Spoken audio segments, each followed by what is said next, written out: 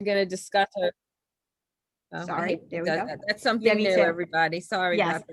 about that. Okay, go on. We're going to discuss her newest book, The Rooftop Party, which I have a copy right here, which I absolutely loved. So I have a lot to talk to her about. We're not going to give any spoilers, of course.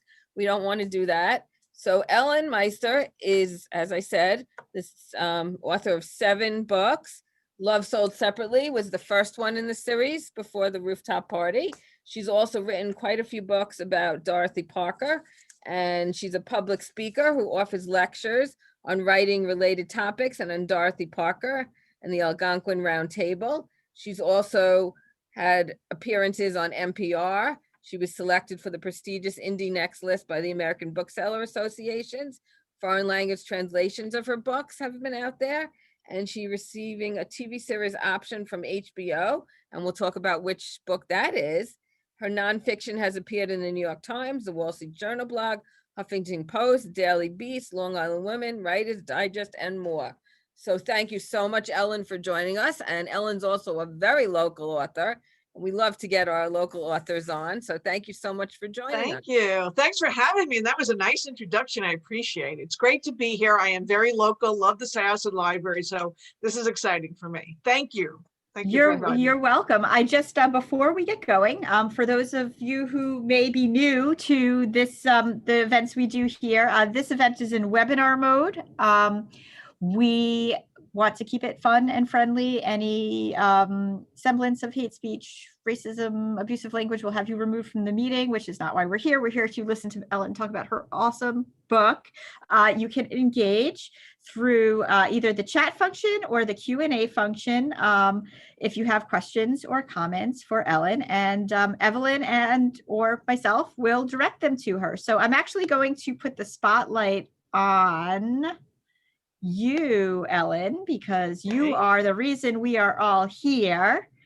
And I'm going to let you take it away. Evelyn, it's all yours. Great. I just want to say one thing. On Facebook this weekend, you said, at the risk of giving myself a Kanahara poo-poo, my new book is getting the best reviews of anything I've written.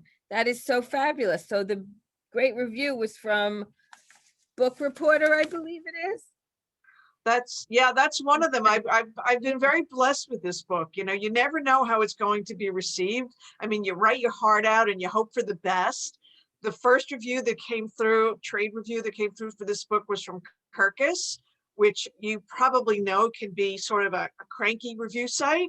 Yes. So I was, you know, you read it like this with your hands over your eyes. And Kirkus loved it, and then that was followed with several other wonderful trade reviews, including that recent one from Book Reporter. So yeah, it's been exciting. Okay, I have them here. I'm going to read it. The Kirkus review said, fun, laugh-worthy, entertaining, perfect for readers who like their mysteries light on the murder but heavy on the humor. That's fabulous review from Kirkus. That's like an A+. Yeah, it is an A+ from Kirkus. And Book Reporter said, a wickedly entertaining rom-com, my print here was very small, sorry. Rom-com murder mystery from start to finish. It promises to be a contender for Beach Read of the Year. Ooh. Wow, fabulous. Yeah. Okay, how you can't ask for anything better than that. Yeah, I was pretty excited. Fun. I think my publisher was too. So yeah. Did they send you flowers or anything? No, but I'll make sure they see this, because maybe you never know. Okay, that's wonderful. So why don't we tell our audience what the Rooftop Party is about? Sure. So, you know, the Rooftop Party, and, you know, I do have to sort of pair it with Love Sold Separately, which came before it.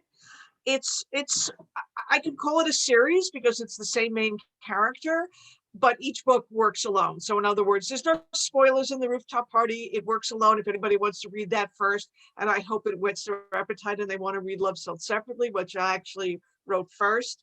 But they both take place at a fictional shopping channel. And my main character, I came up with this character who was probably somebody fairly unlikely to get a job as a shopping channel host. She's an aspiring actress. She sort of has this penchant for self-sabotage, and she doesn't have that sort of pristine lifestyle that you might expect from somebody who's a shopping channel host. She drinks too much. She gets high a little bit. She has a pretty active social life, let's say. So she does land this job as a shopping channel host. And in the Rooftop Party, this shopping channel, which is in Manhattan and is sort of like a third tier to like an HSN and a QVC, they're having some financial problems. And she has an idea to save the company. And she wants to pitch the idea to the new company's new CEO at their annual Rooftop Party. But he turns out to be as sleazy a CEO as you could imagine. He's like kind of half Harvey Weinstein, half Bill Cosby, half, part, with a couple of other, Me Too headlines thrown in there. And when he comes on to her, she tries to make a beeline for the bar. Next thing she knows, he blacks out. When she comes to, he has gone over the roof to his death. And she can't remember those last minutes. But what's clear is that a lot of people had a motive to see this guy dead, but she was nearby and it could have been her. So she has to prove to everyone, including herself, that she's not the murderer.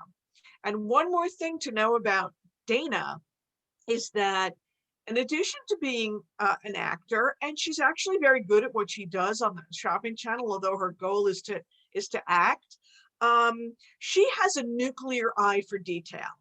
And that's what makes her sort of a great shopping channel host, because if you can, take a pair of earrings and notice so much about them that you could talk about them nonstop for 25 minutes without taking a breath, you have to really be able to see every details. So the trait that makes her so good as a shopping channel host also makes her a good amateur sleuth, because she sort of sees everything. So that's what you need to know about Dana and the story. There's also a love interest. She has a police detective boyfriend. And, I think the book is, takes them on this journey. And I think it's, it has some heart and soul, but it's also light, because I have a murder victim who, you're not sorry to see this guy die. And so then you want to see Dana prove herself to be innocent. Good. Yeah, you don't want him to live. It's okay that he's gone. Yes. He's gonna be upset. So I read both Love Sold Separately and The Rooftop Party, and I want to say I love them both. They're both light and fun and entertaining, and it's like Book Reporter said, it is going to be a great beach read. I highly recommend it. We have it available on Overdrive, and we also have available on the print. I happen to listen to the book. The audiobook narrator is fabulous. Oh, good. So I really loved her. I wrote down. I'm a big audio fan too. Yeah, Stacy Glembowski. Stacy Glembowski. Glembowski. Sorry, Stacy. I apologize. Yeah, she really did a great job reading the book. It was fabulous. Did you have a say in who the audiobook narrator would be? Because you have a great voice. You could have done it. Thank you. Well, other people said, well, why don't you record your own audiobooks? And I'm a pretty decent reader, but as somebody who's an audiobook fan, I really do appreciate what professionals bring to the books. I'm not a professional actor. And audiobook narrators, they do different voices, and they really add richness and layers to it. So I was very happy to have a professional do it, because I know I couldn't touch sort of the quality that she brings to it.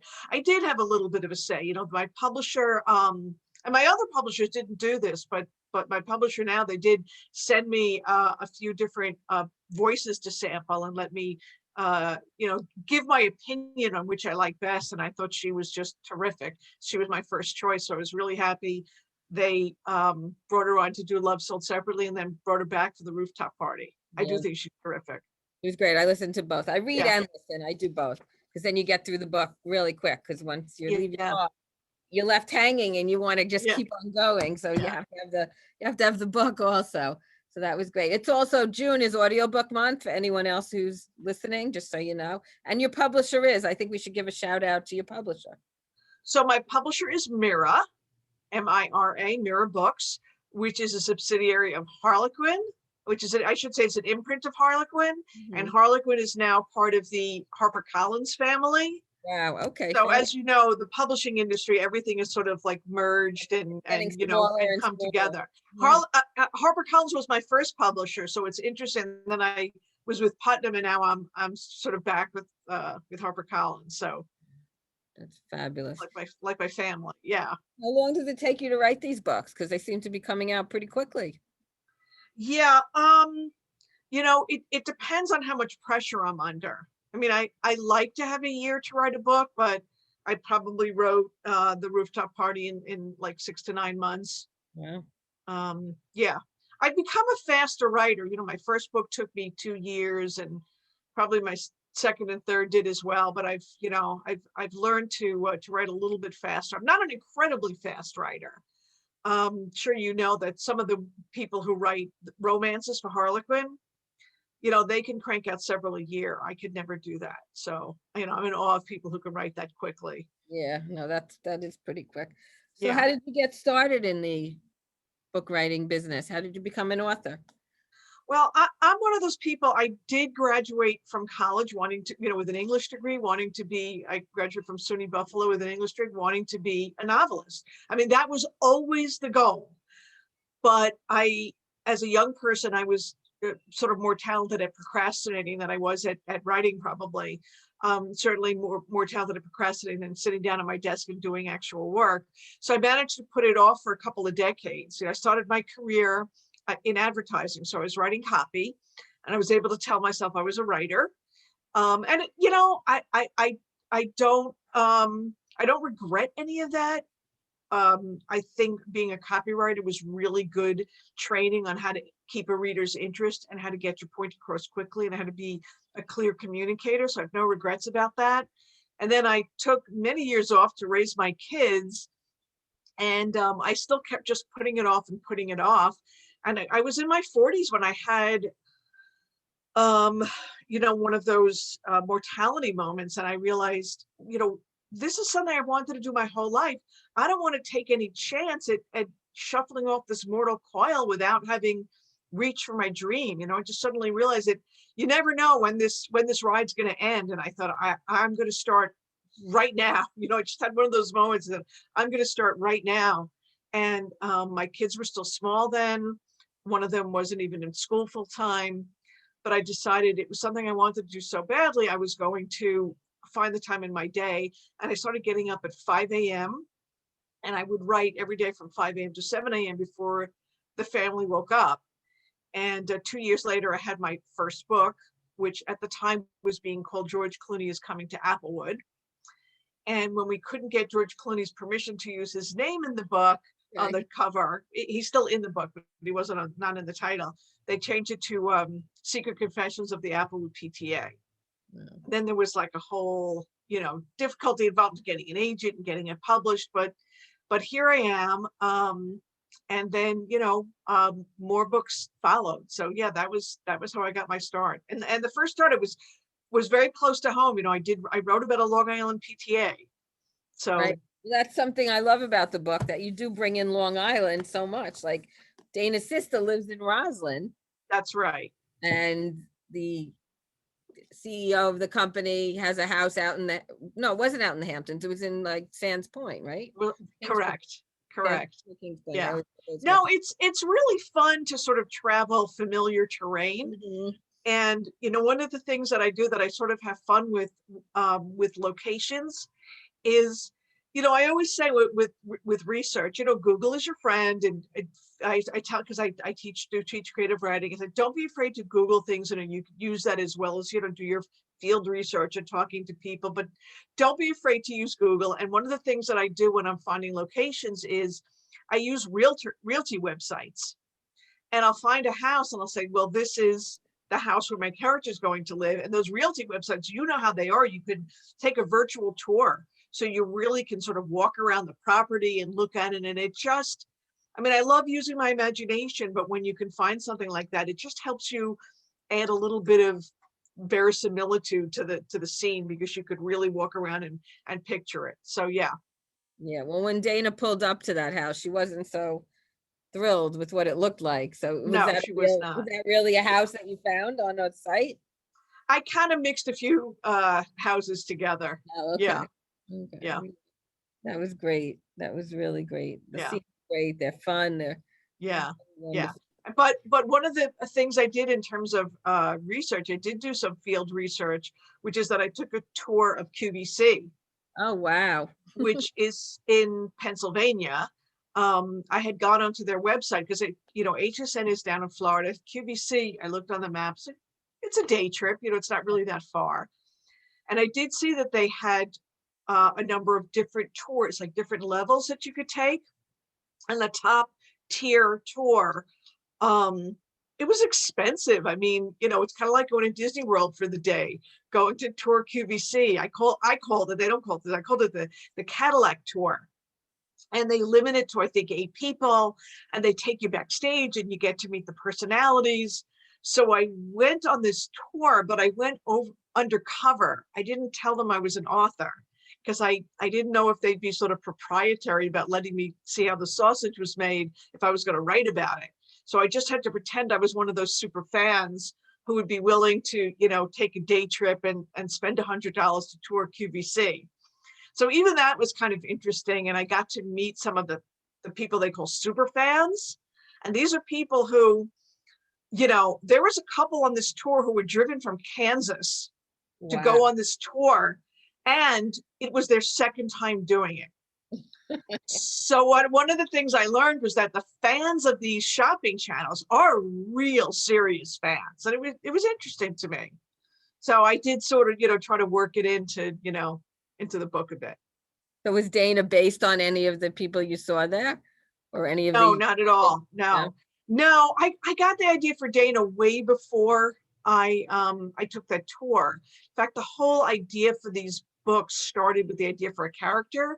I didn't know I was going to write a mystery. I didn't know what the story was going to be, but I had clicked, HSN or QVC on as I was falling asleep one night, and I was kind of obsessive with how perfect those women looked and how pristine. And, you got the sense that their whole lives were that perfect. And I thought, wouldn't it be interesting if, I took, the kind of person we all knew growing up in college or what have you, who could, sleep until 2 in the afternoon, who maybe got high and drank a little too much and maybe slept around a bit. And I just saw this person who was so opposite from these picture perfect, pristine women and dropped her into that environment. I thought, that's interesting to me. I just love that dichotomy. I just thought it would be such an interesting thing to put into a book. But I didn't have a story. It was just an idea. And I'm telling you, I get ideas all the time. They float in and out and they don't really become anything. But this idea in particular, like I said, I didn't know if that would be a book, and I do collect ideas. But then one day, like, it was almost as if my muse flew in the window and said, "A murder at the shopping channel. That's your story." And I thought, well, wait a minute. I don't write murder mysteries. How can I do this? I don't know how, it's a very specific skill set, right? I didn't know how to write a murder mystery. So I kind of resisted it for a while, but the idea wouldn't leave me alone. And so I said, well, maybe I can do this. And I had to just research, how do you write a murder mystery? What goes into it? What's different about a murder mystery from the other types of books that I write?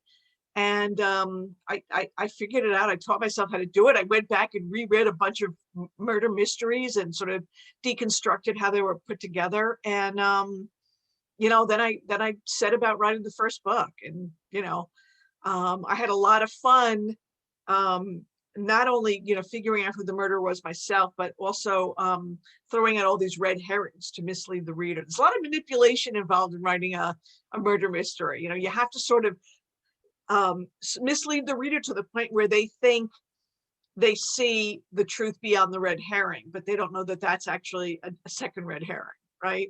Read Agatha Christie? Did you go What's back? that? Agatha Christie. Read Yeah, Agatha Christie? They say I she did. was Yeah, the best. yeah. So is So, Dana based on anybody you know? I think she's an amalgam of several people that I know. When I am influenced for a character, I never, say to myself, well, I'm gonna, take Evelyn and put her in a book, so I might take like one aspect of your personality, merge it with somebody else, and then as I write, the character becomes a unique individual and actually like a real person to me. So I usually sort of like take influences and then try to, form a whole being out of them. Yeah. And what's your process? Do you outline, or do you just fly by the seat of your pants? Oh, I definitely outline. because I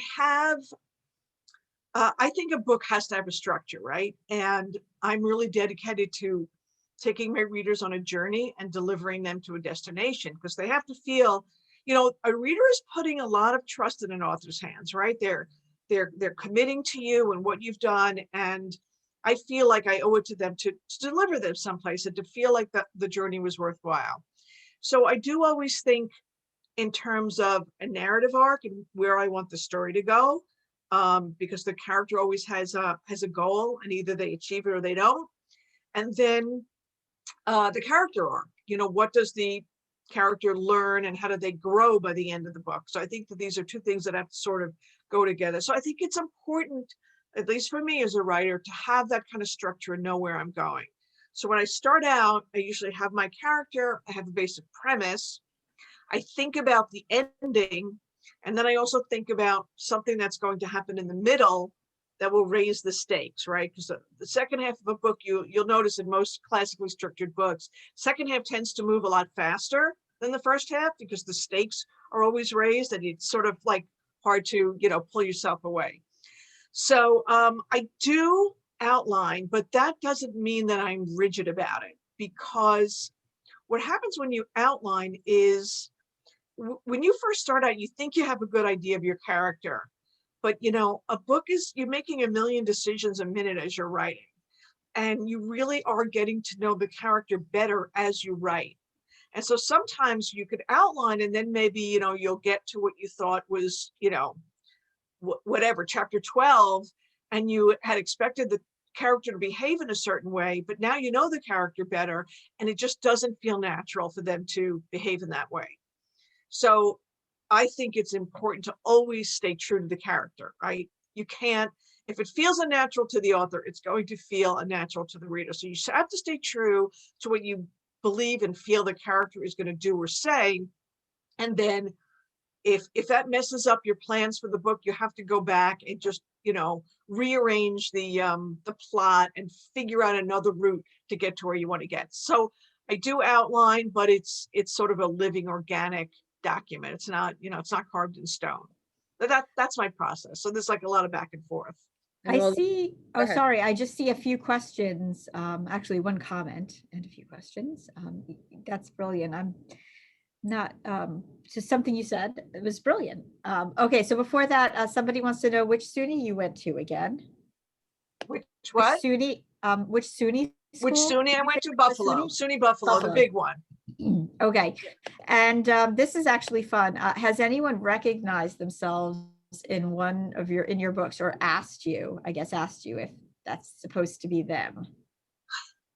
No, which is just always astonishing to me, because sometimes I really think I'm going to get in trouble because I've really like borrowed something hard from somebody and put it in a book. People don't tend to see themselves. It's really amazing. So no, I never had somebody come up to me and say, "Oh my God, was that me?" Even when I've sort of expected them to. So yeah, maybe I just do a really good job disguising them. I do. I will always, if I am influenced by somebody and put them in my book, the very first thing I do is like change their physical appearance. I make them look almost opposite of how they look in real life. So I do disguise their appearance, and then I'll make them do something different for a living and change their, which is why, like I say, they always might start out being influenced and wind up taking on a life of their own, because I change so many aspects of them. They sort of become a different person. But no, nobody's even said to me, "Gee, that scene, I remember when you cried over such and such and you had your character doing it, and was that?" No, I guess I'm good at disguising it. Excellent. That's a really cool, that was a really cool question. Yeah. All right, Evelyn, I'll let you take it away again. Okay, thanks. And now I love all your minor characters also. How do you come up with them? Like her father is just a piece of work. Like, how did you come up with that? God, I had so much fun. I had so much fun creating the character of her father, who was nothing. My dad was nothing like that, I have to say. I had a really wonderful dad with a great sense of humor, and who was actually almost the opposite of that, because he was always incredibly supportive of me. No, I'll tell you, it is really, really fun to create scenes where characters are at odds. And I've written a lot of stories where the character had a mom, and I wanted to do the dad thing. I thought it would be just fun and something a little bit different for me. But I wanted a father who was a real pain in the neck. And because once you have a character like that, the scene comes to life. It's fun to write. I think it's fun to read. It's really interesting. So I wanted, Dana to have that conflict, but it also kind of helped explain why she was the way she was, right? And what she had to prove. So her dad being sort of a difficult persona was part of that. Yeah. And that, like I said, it was just a lot of fun for me. Yeah, he No. definitely was. I don't know if readers feel that way when you have a character who's a real pain in the neck, but for a writer, it's always a lot of fun. Anytime you have two characters in a scene who had cross purposes, for the writer, those scenes just sort of lift right off the page. Yeah, no, it definitely makes it fun and entertaining. It really does. It's wonderful. Wonderful. I loved, the pain in the butt characters are the best, somebody said. So Christina said she likes those. Yeah, I like the conflict between her and her father. I thought that was really good, especially when she was looking for that apartment. I don't want to give any spoilers. And despite myself, no matter what book I wind up writing, I always wind up having friends and sisters or some kind of like relationship between the women in my books, because I think that, well, I just, I like to give my character somebody to lean on. But it's also really interesting to me to explore the relationship between women. And a lot of the relationship, the banter between Chelsea, Dana and her sister, is sort of based on the relationship of my two youngest kids. And the way they talk to each other. So it was kind of fun to channel that into their, sort of sarcastic banter between the two of them. Do children read your books? Well, yes and no. My youngest does. My two oldest don't. It's okay. Whatever they want to do. I understand it could be a little bit uncomfortable to read mom's books, especially if there's, something risque going on. I think they're like, I don't want to know. I don't want to know what's in that head of yours, Mom. Keep it away from me. Moms aren't supposed to have thoughts like that. That's right. That's right. I'll tell you, even my husband was shocked when I wrote the first book, which was very, very risque. He was like, honey, you wrote this? So, that's pretty funny. Yeah. What do you like to read? What are your top genres? And I really read everything. I like literary fiction. I like women's fiction. I read mysteries. What have I read lately? I recently read, I just finished Nothing to See Here by Kevin Wilson, and that was a lot of fun. Yeah, I like that too. It was really good. I also really liked, I don't know if you've ever read Frederick Backman. I don't know if it's Backman or Bachman. And I read Anxious People, which it was just one of my favorite books that I read recently. I really like that. Sometimes I read memoir. I read Saeed Jones' How We Fight for Our Lives. Oh, and a literary fiction book that I read recently. It's not new, but it was new to me. Was 10 Minutes and 38 Seconds by Elif Shafak. I don't know if you know that author. Oh, what a gorgeous writer. So I read everything. I probably don't really read science fiction. It's just kind of not my jam. But most other things. Well, we're living science fiction right now. So, there you go.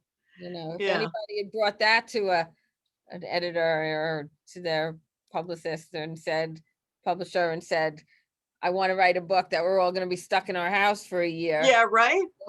Although it's interesting because I did write a couple of books that had like a magical realism element. Oh, okay.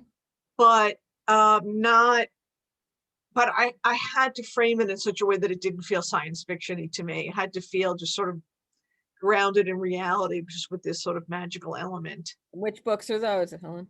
So The Other Life was a book about a woman who discovers that, or she's known since she was a child, that there are portals in her life to the life. Every time she makes a major decision, her life sort of splits in two. And there's a portal in which she could travel to the life she would have lived if she'd made the other choice. She's never crossed. Midnight Library. You did it even before they did. Did you read Yeah. Midnight Library? What's that? Midnight Library by Matt Haig. I haven't read it. Oh, okay, that's a Oh, good but one. it's a huge book, but I haven't read yet. Yeah, there's no books I haven't read, just books I haven't read yet. That sounds great. Yeah, I- so in that book, the woman is able to cross over through there's a fissure in the basement of her house, and she's able to cross through to the life she would have had if she hadn't had this suburban existence as a married mom and had, had her single life. So that was that. And then the two Dorothy Parker books, Farewell Dorothy Parker and Dorothy Parker Drank Here, the spirit of Dorothy Parker is sort of conjured up in a contemporary setting. So I do have this sort of, it's not a time travel thing, but it's this spirit who is still with us here in this contemporary world. So it's kind of magical realism. And that's great. fun too. Yeah, Alice Hoffman is great at that. Oh, don't get me started on Alice Hoffman. I think she's a national treasure, and Yeah, she's from Long Island originally. he is. Yes. She is. Yes, she's from, I think, like Malvern, I think. She's from West Hempstead. West Yeah. Hempstead. Okay. Yeah, no, she writes beautifully. I love her work. Yeah, Also. I had the pleasure of interviewing her once at a live event. I'm Oh, a nice. huge fan. Right. Yeah, I am too. I love all her stuff. So I'm one of those authors who still just, authors are my rock stars. So I just sort of gush over authors, and when I meet them in person, I just, feel like I'm in the presence of royalty, and, yeah. So how has this pandemic been for you for writing? Have you been able to write? I mean, The thing about being an author is like, what do I do? I don't go out to an office. I sit in my little room, and right here where I'm, speaking to you from, and I sit at my computer and I write. So as far as my work, it really hasn't had that great an impact. I mean, I do what I do. Emotionally, like everybody else, I find it hard not to get out of the house. And it was really sort of a drag not being able to, when last year and this year too, when my books came out, I like, after such an isolated life, when the book comes out, for me at least, I like getting out there and talking to readers. I like doing events and meeting people face to face. right. It's such a treat for me, and I haven't been able to do that. So that was a major, issue for me. And Love Sold Separately came out last August, and obviously I did all my events, online, and I thought, well, surely by the time the next book comes out, I'll be doing them live. And here I am, still on Zoom. So hopefully by the next one, we'll be out there in the world. But yeah, I mean, it hasn't really impacted me other than the fact that my family is home, because everybody's hunkered down. Mhm. So So let's talk about your next one. Is it also Dana?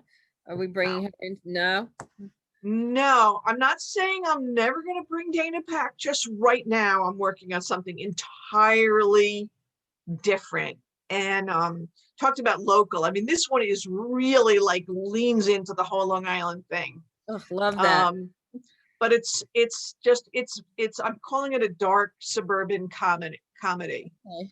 And it's a little bit subversive. I'm really having fun with it. And I'm, that's so funny, because when you're out there promoting one book, you tend to be writing the next one, and you have to keep switching hats from the thing that you're writing and really excited about to the thing that you finished quite a while ago and, went through the whole process of being, printed and, going out into the world. So there's a lot of like switching gears. But yes, I am very excited about the book that I'm wrestling with in my hard drive now. I'm about halfway done with it, and it is under contract with Mira. So I don't have a pub date, but I'm just going to keep working and hopefully bring it to you as soon as possible. That's wonderful. And hopefully when that happens and it comes out, we could have an in-person interview with you and an in-person author visit and everything that we all have been missing. So I'm so there, Evelyn. Just say the Yeah. word. I'll be there. I know you're what, 5 minutes away from I'm us? 5 minutes away. Yeah. And you guys are right on the service road. So Yes, yeah. we are so, So you know, if anybody's watching, yes, I'm a local girl. yeah, no, we love our local authors. We're very, very happy to promote them. And I don't know if I said it, but I'll say it again, that her signed copies are available at Book Review in Huntington, a very lovely independent, one of the largest independent bookstores, probably the largest on Long Island. Yeah, we love Book Yeah. Review. That place I is love great. Book Review. You know, they've been very good to me. And yes, I stopped by the store and I signed their whole stock Wow. of the Rooftop Party. So if you order from them, and you can either buy it in the store or order it online, and they'll send it to you. So yeah, they're all signed. Yeah. It's the only place that's got, oh, I shouldn't say that. I did stop by a couple of other local bookstores and sign books, but Oh, Book okay, Review's got a big selection. right. And Book Review, I watched your interview with David Henry Sterry. Yes, It Book was Review, very yeah. interesting. And what has he written? I'm not familiar with him. Oh, so the way I know David is he and his partner Ariel Steckert, they're the book doctors. And he's written a number of things, but they wrote a book on how to write a book and how to publish a book. Oh, okay. And they used to do these events, and maybe they still do, called Pitchapalooza, where writers would come to these events at bookstores and give like a 1-minute pitch of their story, and they would pick one person to award to introduce them to an agent or whatever. So that's what David and Ariel are famous for. So That's wonderful. So give us your 1-minute pitch. oh, okay. Yeah, I don't have it written out in front of me, so 1-minute pitch. Give me 1 second. So We're putting the pressure on you right now. We actually, and then we do have 2 questions in the chat, but we'll get to it. We'll get to your questions after this, because I want to hear this. Okay, so an aspiring actress with a penchant for self-sabotage lands a gig at the shopping channel. Almost as soon as she starts, the company is floundering, and she makes a pitch to the company CEO, who comes on to her at a rooftop party. For Dana, and he makes some certain promises about her career. And for Dana, it's quid pro, oh hell no, and she makes a beeline for the bar. Next thing she knows, she blacks out. When she comes to, the guy has gone off the roof, and Dana is a suspect, and she has to prove to everyone, including herself, that she's innocent. That's my 1-minute pitch. How'd I do? That was wonderful. I think that was 30 seconds, right? I was about to say you came in under 1 minute. I probably did, yeah. So Christina wants to know, do you go people watching on Long Island? And then it says for research. I think that all writers do that, even if we're not necessarily like going out to spy on people with our little pad and write things down. Writers are collectors, right? So we collect impressions, whether it's the things that we hear people say, or the ways that we see them behaving, or little things, the way somebody holds a salt shaker. All I'm saying is, like, we collect impressions that we could put into our writing to sort of add authenticity. So we're just sort of always taking everything in, like whether it's a turn of phrase or behavior, or the way the sunlight hits somebody's diamond ring, whatever it is, we collect these impressions to use later in our writing. So in that sense, yes, but I wouldn't say that I go around taking notes on people's conversations, although sometimes somebody says something and I do go, I would love to find a way to put that into a book. So yeah, I try to file it somewhere. Yeah, that's a good question. Yeah, that's a great question, actually. Another local author, Allison Richmond, that's how she wrote The Lost Wife. She overheard somebody talking in a beauty parlor about that story, and then that's how she wrote the book. So, and she's a wonderful writer. Yeah, you got to get out there on Long Island. There's lots of stories out there. Yeah, Long Island it's a great place. I have to say. Yeah. love living. Yeah, I think so too. I And I, think, I wish yeah. the stories were delivered to me that way. I can't say I usually get story ideas from observations. It's more like observations will find their way into, books to, help me boost the feeling of reality and the feeling of verisimilitude within a scene. For me, the ideas for stories are things that I have to work very hard on. It just doesn't come to me like a bolt from the blue. I start with something really, really small, and then I just start to make notes about it and, start to work on it really hard to see if there's a story idea there. Like I was telling you about The Other Life, That one sounds which great. just, again, it started as this like little notion when I was thinking how much I enjoy escaping into my little world of writing once I had the house to myself and the husband and kids and everybody were gone. And I thought, gee, wouldn't it be interesting if a woman had the ultimate escape and could actually like switch into the life she would have had if she hadn't had this suburban landscape? And that's when I got this idea for this magical portal.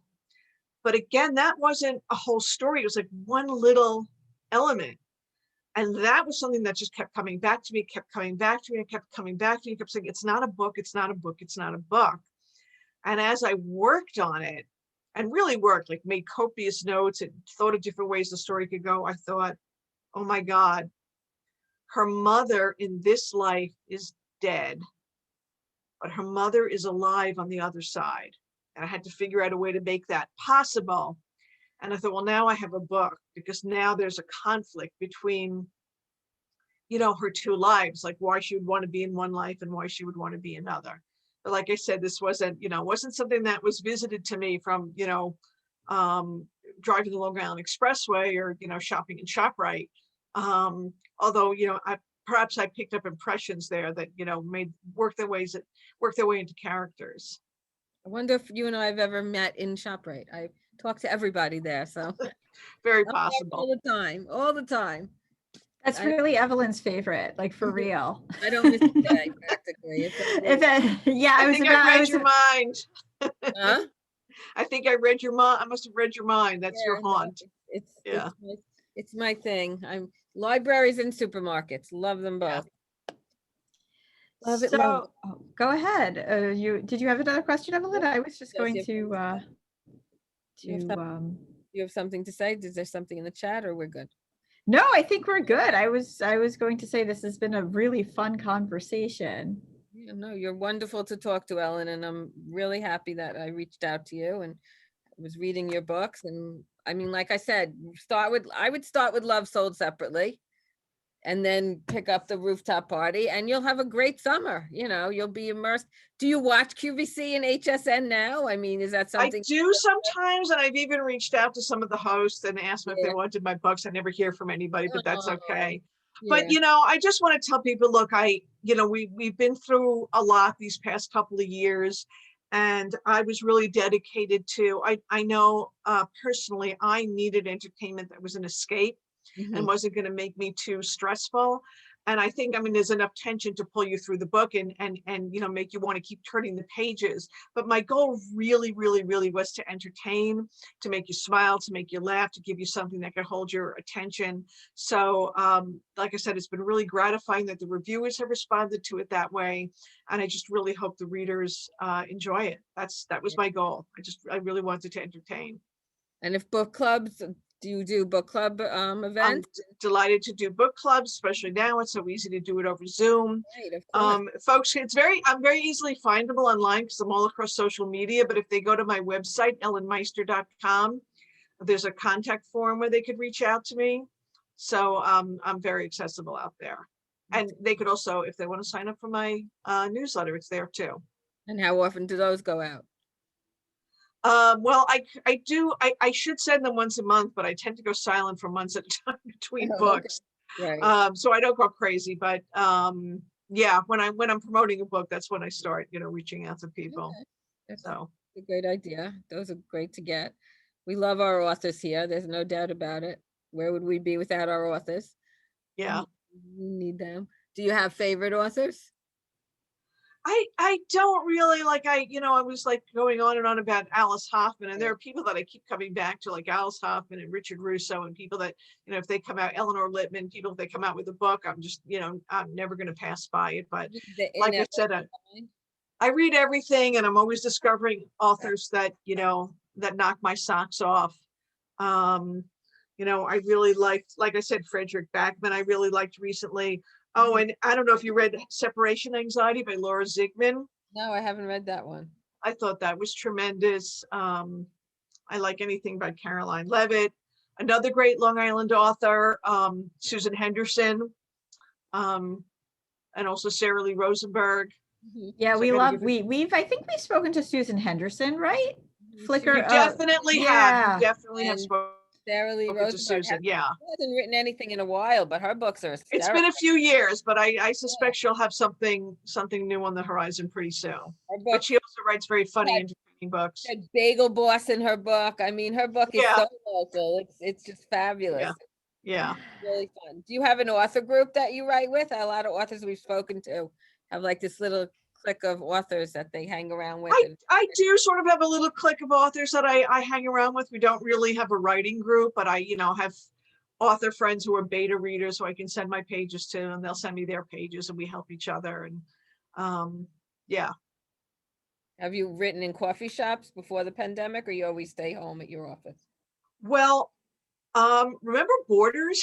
I do remember Borders. I used to work there. I was at the cafe back before. Well, if you were at the cafe, then you may have seen me there once upon a time, because I used to love going to Borders, and because they had that nice cafe, and I would go with my laptop, and I would sit there and write. And then when Borders closed, I might have gone to Syosset Library a couple of times, sat in your cafe and written, but certainly during the pandemic, I've been home. Yeah. And, once in a while, the way I work is like, I'll write and write and write. And when I have like a really big chunk, I will print out what I have and edit in hard copy. So sometimes when I have these big chunks of pages, I will go, sit someplace in nature, on the beach or, in a park someplace, and with my pen and start to edit. We do have two questions in the chat. I want to get to it, but it is very possible I met you. I worked at very Borders. Possible. I worked at Borders until 2001 though, so I'm not sure. Oh, okay. So yeah. That would have been like the very early days of my writing, but it maybe. It's possible. It's working possible. on my Applewood book. Yeah. My brother also worked at Borders though. So, I mean, it's like a legacy job. Like everybody works at Borders and loves it. I worked at ShopRite when it was Food Town, if you remember that. Yes, I do. I was so sad. I was so sad when Borders closed. Yes. Oh, I'm still sad. I call it phantom border syndrome, because even though it's been gone for almost a decade, I'll drive by and I'll be like, I want to go to Borders, and then I'll be like, it's been gone for almost a decade. What is wrong with you? Christina wants to know if you have a favorite book. I'm not sure if that means in your collection, in the books that you've written, or just in general. Yeah. So. I don't have a favorite book in general, and in terms of my own books,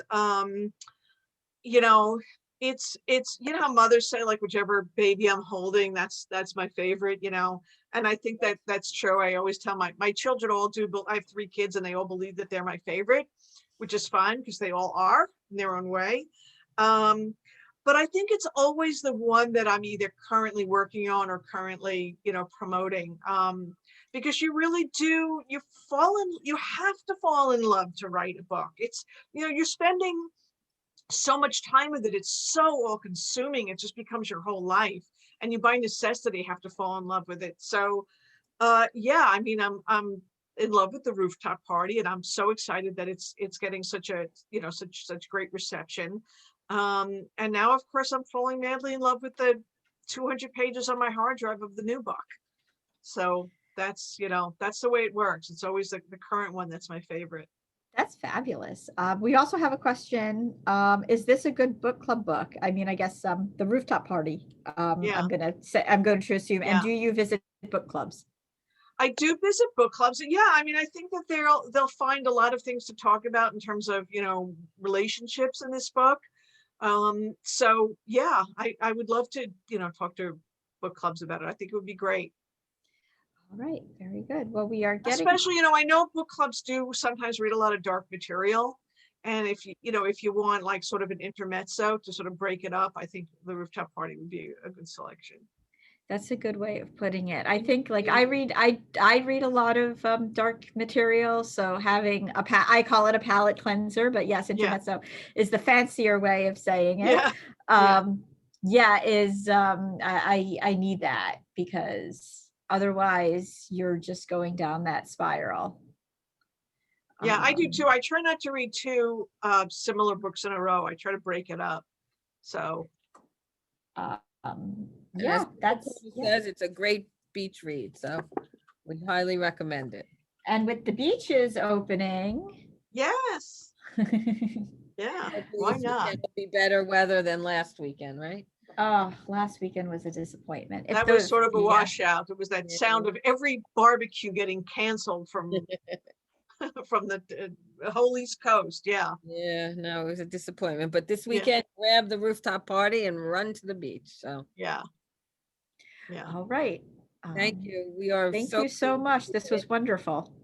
Thank you for having me. I had a lot of fun. Thank you so much, and we look forward to the next book. Thank And you. hopefully we will see you in person. That would be great. We would love that. Yes, let's count on that. All Okay. right. Thank you All so right. much for speaking with us. Thank you for all of our guests and listeners. Check out the Rooftop Party at your library or at the book review or wherever. Wherever Have a book- good day, everybody, wherever books are sold. Yeah. Thanks. Now I feel Bye. like I'm in QVC. Right. There you go.